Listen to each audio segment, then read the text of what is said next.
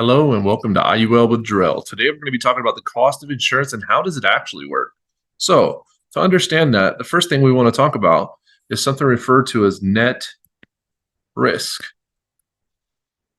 In an insurance contract, the three main components are going to be your cash, your net risk to the insurance carrier, and something referred to as your net death benefit.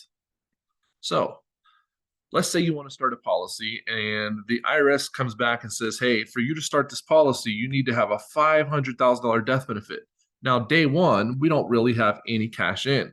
So therefore, if you pass away, that net risk falls solely onto the insurance company, which means if you die, they got to pay that policy out to your family. So therefore, the net risk to the insurance company at that point will be 500,000. Now, the nice part is they allow our cash to count as a portion of that net death benefit. So let's say that we now have $100,000 of cash, whether it's either through injecting into the policy or the policy grows to that. Now, the IRS still requires that same $500,000 death benefit. Therefore, your net risk to the insurance carrier is only $400,000. Now, when we look at this, an index universal life insurance built on an ART chassis. This means annual renewable term. In other words, you pay for the current cost of insurance of your age. Therefore, as we get older, the cost goes up. It's a fact. More 80-year-olds die than 70 and more 70-year-olds die than 60. So as we get older, the insurance costs do go up. How can we mitigate this though?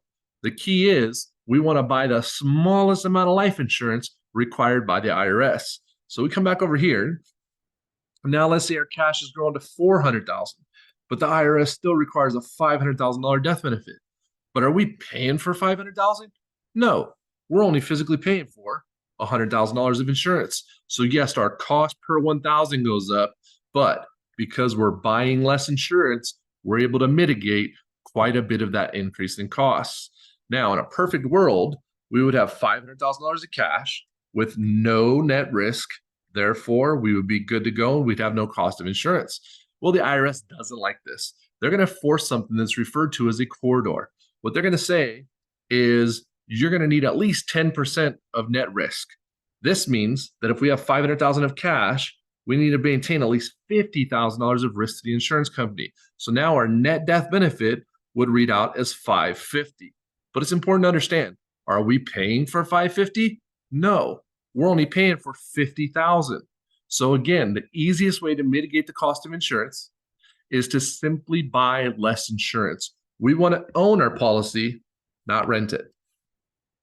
So just make sure that you're lowering that death benefit based on the IRS guidelines. And this is how you keep your fees extremely low, even during the older phase of your life. For more information like this, go ahead and hit the like button and subscribe for more content. I'll see you on the next one.